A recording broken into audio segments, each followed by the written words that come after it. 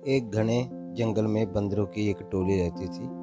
उस टोली में सैकड़ों बंदर बंदरियां और उनके बच्चे बड़े ही आनंदपूर्वक रहते थे। एक दिन जंगल में आग लग गई। सभी बंदर डर के मारे एक जगह इकट्ठा हो गए। उनमें से एक बूढ़ा बंदर बहुत ज्ञानी था। उसने कहा, हमें अभी इसी समय इस वन को छोड़ना पड़ेगा। सभी बंदर अपनी जान बचाने के लिए भागने लगे। भागते समय एक गहरी खाई में बंदरों के दो बच्चे गिर गए। सभी ने देखा कि खाई बहुत गहरी है, उनका बचना मुश्किल है। जंगल की आग भी फैलती जा रही थी, इसलिए सभी बंदर जो ऊपर खाई की तरफ थे उन्होंने जोर जोर से कहा, अब तुम्हारा बचना संभव नहीं है। परंतु उन बंदरों के बच्चों ने हार नहीं मानी और वह खाई से बाहर आने के लिए उछल कूद करने लगे। उनको ऐसा करते हुए देखकर ऊपर से बंदरों ने कहा, खाई बहुत गहरी है, तुम बाहर नहीं निकल सकते। वह ऐसा जोर जोर से चीख चीखकर कहने लगे। उनके ऐसा कहने पर एक बंदर के बच्चे ने बाहर आने के लिए उछल कूद करना बंद कर दी। परंतु दूसरा बंदर का बच्चा दुगने उत्साह के साथ बाहर निकलने की कोशिश करने लगा और वह बार बार प्रयास करता रहा। अब जो बंदर ऊपर से देख रहे थे वह उसे उछल कूद नहीं करने के लिए चीख चीख कर मना कर रहे थे। आखिरकार वह बंदर का बच्चा जो बार बार प्रयास कर रहा था खाई से निकलने में सफल हो गया। सारे के सारे बंदरों को आश्चर्यचकित होकर देखने लगे और इधर जंगल की आग फैल रही थी। वह उसको लेकर जंगल से बाहर चले गए और इस प्रकार उस बंदर के बच्चे की जान बच गई।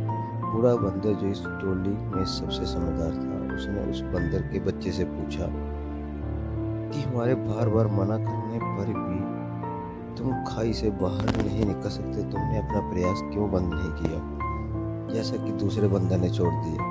तुमने जब तक उछल कूद बंद नहीं की जब तक तुम बाहर नहीं आ गए। लेकिन ये क्या, उस बंदर के बच्चे ने कोई जवाब नहीं दिया। उससे फिर यही पूछा गया कि हमारे बार बार मना करने पर भी तुमने हार नहीं मानी और तुम गड्ढे में निकलने में कैसे सफल हो गए। फिर भी उस बंदर के बच्चे ने कोई जवाब नहीं दिया। तभी टोली में से उसकी माँ ने बताया कि उसका ये बच्चा जन्म से ही बहरा है, इसे कुछ भी सुनाई नहीं देता। जब हम उसको खाई में से ऊपर आने के लिए मना कर रहे थे, उसे समझ लिया कि हम सब उसको बाहर निकलने के लिए उसका हौसला अफजाई कर रहे हैं और ये इसी कारण प्रयास करता रहा और आखिरकार सफल हो गया। और उस दूसरे बंदर के बच्चे ने हमारी बात सुनकर प्रयास करना बंद कर दिया और इस कारण वह असफल हो गया और उसे अपने प्राणों से हाथ धोना पड़ा।